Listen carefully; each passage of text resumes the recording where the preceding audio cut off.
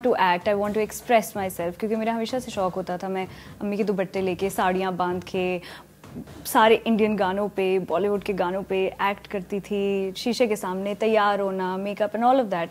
तो वहाँ से at a very young age वो सब चीज़ें स्टार्ट हुई ना। या होना ये एक ऑटोमेटिक चीज़ है, जिसके साथ आपका कनेक्शन होता है वो बस बन जाता है। और मेरा यासिर के साथ ही कनेक्शन बन गया कि हम मिले थे। वो मिले कहाँ? तो हम लोग मिले थे हम अवार्ड्स पे टोरंटो में थे हम लोग साथ में। अवार्ड्स ख़त्म हुए, so we had enough time, हमारे पास 2-3 दिन थे, मैं भी थी वहाँ पे। तो हम लोगों की मुलाकात हुई, कोई इजहार टाइप की चीज़ नहीं हुई, कोई कन्फ्रंटेशन नहीं हुई कि हाँ ये है जो हम चाहते हैं। We just went with the flow कि हमें जहाँ हमारा रिलेशनशिप या केमिस्ट्री लेकर जा रही है हम जा रहे हैं। मैं अम्मी के दुपट्टे लेके साड़ियाँ बांध के सारे इंडियन गानों पे, बॉलीवुड के गानों पे एक्ट करती थी, शीशे के सामने तैयार होना, makeup and all of that. तो वहाँ से at a very young age वो सब चीज़ें स्टार्ट हुई।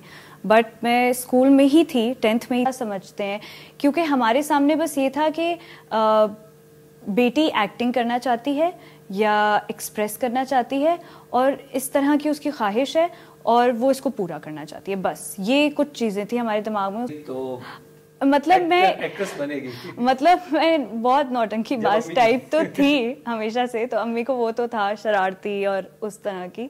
बट जब मैं पहली दफ़ा अम्मी के पास गई तो अम्मी का यही था कि पढ़ाई छोड़ के आप नहीं कर सकती इस चीज़ को।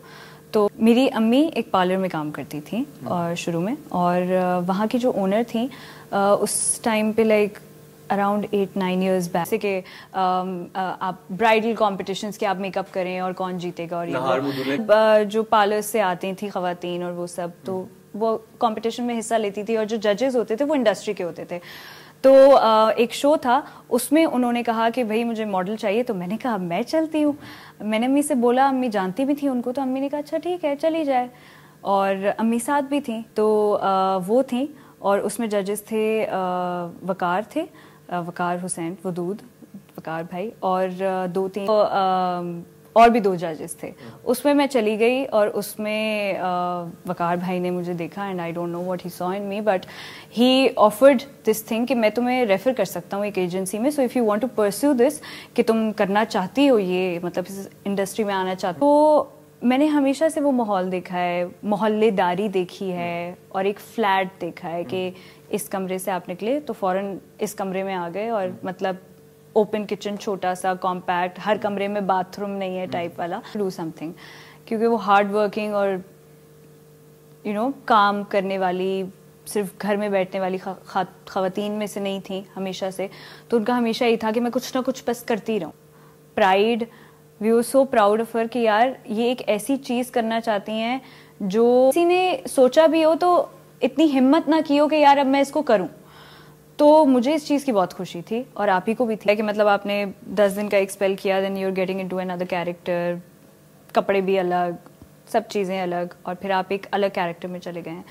तो मेरे लिए मैनेज करना कुछ मुश्किल नहीं था, लेकिन इसकी एक और चीज़ थी कि खुदा और मोहब्बत को ऑलमोस्ट 8 से 9 महीने या 9 से 10 महीने हो गए थे कि हम लोग शूट कर रहे थे, क्योंकि बीच में कोविड और वो सारी चीज़ें आ गई थी, तो हमारा एक ब्रेक आ गया था, बिकॉज हमने आउटडोर शूट करने थे, मज़ार, बहावलपुर ट्रैवल करना था, 10 चीज़ें थी। इसके बाद फिर जब बिल्कुल तकरीबन एंडिंग पे था कि बस मैं नेक्स्ट टाइम आऊँगी तो लास्ट पहले हफ्ते का, and then I will be done, तब मैंने ये डिसाइड किया, और तब मुझे ऑफ़र भी हुआ रकीब के।